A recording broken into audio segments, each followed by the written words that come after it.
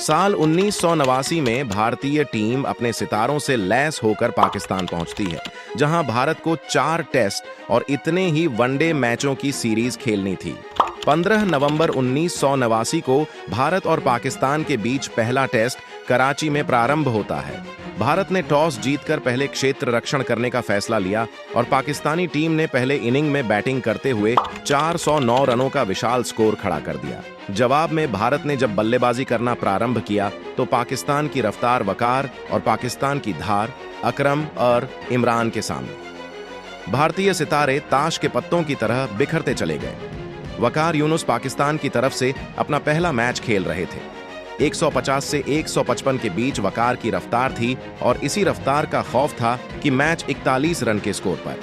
नवजोत सिंह सिद्धू, संजय मांजरेकर, श्रीकांत और मनोज प्रभाकर जैसे मजे हुए। कलाकार ड्रेसिंग रूम में बैठ करके अपना मेकअप उतार रहे थे। 41 रन के स्कोर पर भारत का 4 विकेट गिर चुका था, लेकिन तभी छोटे कद का एक छोटा सा बच्चा अपने छोटे छोटे कदमों से आकर बिल्कुल शांति से कराची के उसी स्टेडियम में भारत की तरफ से खड़ा हो जाता है। बिल्कुल छोटा सा कद, बच्चे की शक्ति और उम्र महज 15 साल 292 दिन नाम था सचिन तेंदुलकर। पहला इंटरनेशनल मैच और सामने पाकिस्तान का दिल दहला देने वाला आक्रमण। उस छोटे से बच्चे ने पाकिस्तान की धार और रफ्तार बड़ी 24 गेंदों का सामना किया और 15 रन बनाकर वकार यूनुस की एक चकमा देती हुई गेंद पर क्लीन बोल्ड हो गया। खैर, बाद में रवि शास्त्री 45, कपिल देव 55, किरण मोरे 58 और सेकंड इनिंग में संजय मांजरेकर के नॉट आउट 113 रन की इनिंग की वजह से यह मैच ड्रॉ पर छूट जाता है। वक्त आता है टेस्ट सीरीज के दूसरे मैच का। 23 नवंबर दिन गुरुवार इकबाल स्टेडियम फैसलाबाद। इस मैच में सचिन ने पहली पारी में अपना अर्धशतक पूरा करते हुए 172 गेंदों का सामना किया और 59 महत्वपूर्ण रन भारतीय टीम के लिए बनाए और दूसरी पारी में दुर्भाग्यवश सचिन तेंदुलकर 16 गेंदों पर 8 रन बनाकर के रन आउट हो गए थे।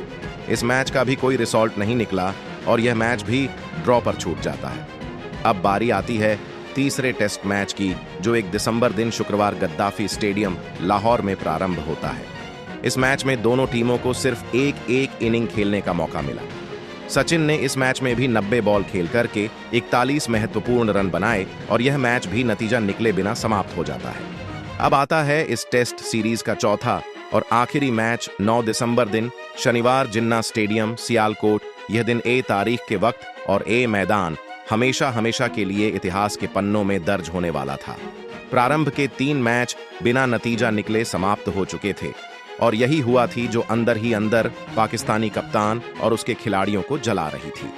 मुझे मुसीम और वकार को कहने की जरूरत नहीं है कि बाउंसर करो। उन्होंने बाउंसर वैसी करने थे और खास तौर पर उसका कद देख के और डरा बहुत दिख रहा। उन्हें लग रहा था कि पाकिस्तान की सरजमी पर आकर अगर जो भारतीय टीम बिना कोई मैच हारे अपने वतन वापस लौट जाती है तो यह उनकी हार होगी और इस हार का डर अंदर ही अंदर पाकिस्तानियों का दम घुट रहा था। और यहीं से शुरू होता है पाकिस्तानियों का अपने लेवल का थर्ड क्लास का चक्रव्यूह। पाकिस्तानी कप्तान इमरान खान को पता था कि पाकिस्तानी पेश आक्रमण की तुलना में भारतीय पेश आक्रमण कमजोर है और इसी बात का फायदा उठाते हुए सियालकोट की उस पिच पर जो घास उगाई थी उस घास को साफ नहीं करवाया जाता है ताकि घास पर पड़कर गेंद को और रफ्तार और उन्हें वे बाउंस मिल सके और इस रफ्तार और बाउंस से भारतीय खिलाड़ियों का शिकार किया जा सके। कोर्ट में पूरी हरी पिच, ये नहीं पता लगता ग्राउंड कौन सा है और पिच कौन सी। उन पे गाय भैंस भेड़ बकरियां 2 हफ्ते 4 लो मरेगी नहीं, इतना खास। पाकिस्तानी कप्तान इमरान खान ने स्टेडियम स्टाफ को यहां तक की धमकी दे डाली। हमने बोला है कि तुम अगर घास काटोगे तो गर्दन उड़ा दूंगा, इन हिंदुस्तानियों को हराना। इसी चक्रव्यूह के बीच मैच प्रारंभ होता है। सिक्का एक बार फिर पाकिस्तान के पक्ष में गिरता है। भारत को पहले बल्लेबाजी करनी पड़ती है और भारत अपनी इस पहली पारी में किसी तरह से 324 रन बना लेता है। सचिन ने यहां भी एक महत्वपूर्ण पारी खेलते हुए 51 बॉल पर 35 रन बनाया। टीम मात्र 250 रन पर सिमट जाती है। ऐसा लग रहा था कि पाकिस्तानी अपने बुने हुए जाल में खुद ही फंस चुके थे। भारत को पहली पारी के आधार पर 74 रन की बढ़त मिल जाती है। इसी बीच भारत अपनी दूसरी पारी का प्रारंभ करता है और इस बार किस्मत पाकिस्तानियों की गोद में जाकर बैठ जाती है। अभी टीम का स्कोर महज 10 रन ही हुआ था कि श्रीकांत 3 रन बना करके इमरान खान की गेंद पर वसीम मकरम को कैच थमा बैठते हैं। जब टीम का स्कोर 23 रन हुआ तो संजय मांजरेकर 4 रन बनाकर की इमरान खान की गेंद पर एलबीडब्ल्यू हो जाते हैं। 38 रन जाते जाते मोहम्मद अजरुद्दीन भी 4 रन बनाकर के पवेलियन वापस लौट जाते हैं।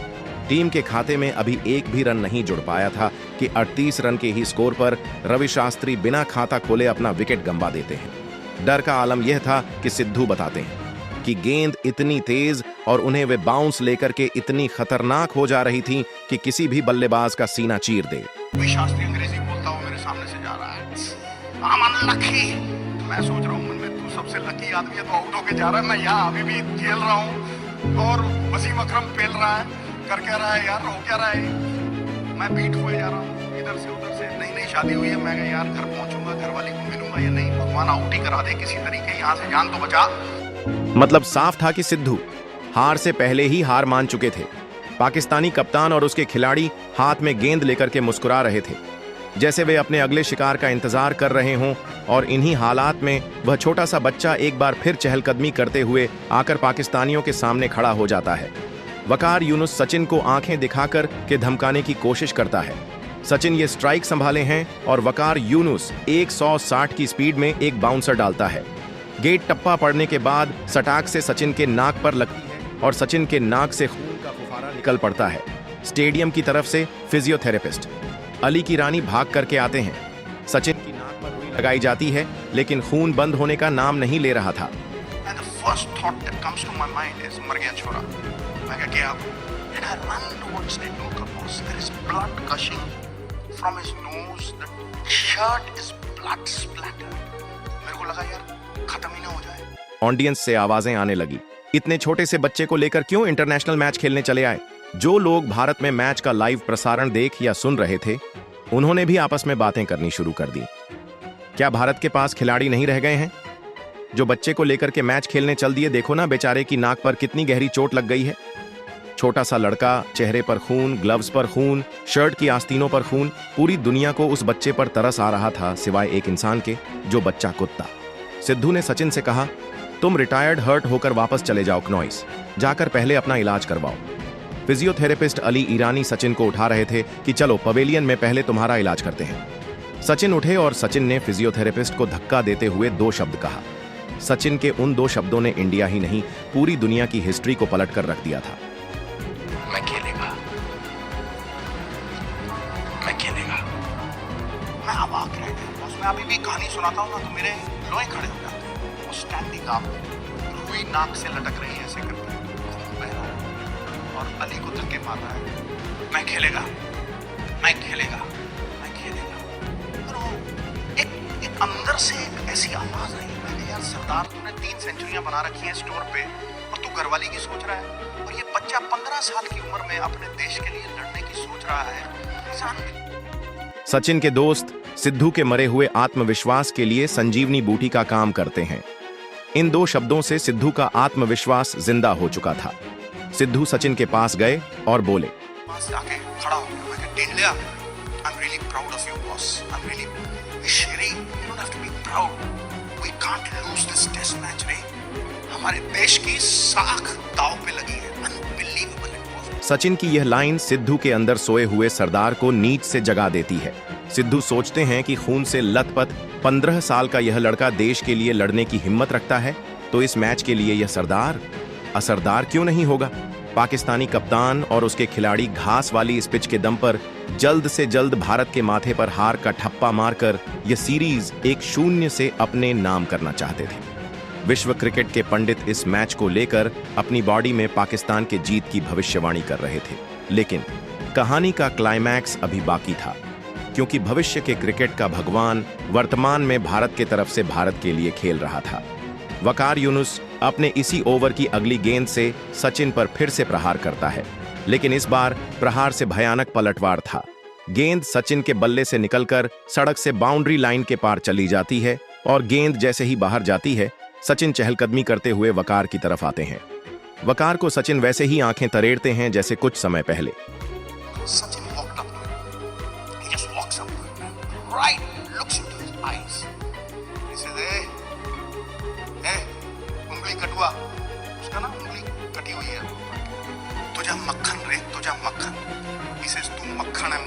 सचिन वकार के इसी ओवर में 2 और चौका लगाते हैं।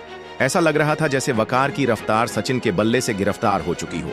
इस मैच में सचिन ने 134 गेंदें खेलकर 57 रन बनाए। वहीं से 234 गेंदें खेल करके 97 रन बनाते हैं और जिस मैच को पाकिस्तान कुछ देर पहले जीत रहा था वह मैच ड्रॉ पर छूट जाता है। सचिन और सिद्धू ने मिलकर पाकिस्तानियों के मंसूबों पर पानी फेर दिया था। कुछ देर पहले कहानी पाकिस्तान की थी तो अब 5वें दिन का खेल खत्म होते होते दास्तान भारत की लिखी जा चुकी थी।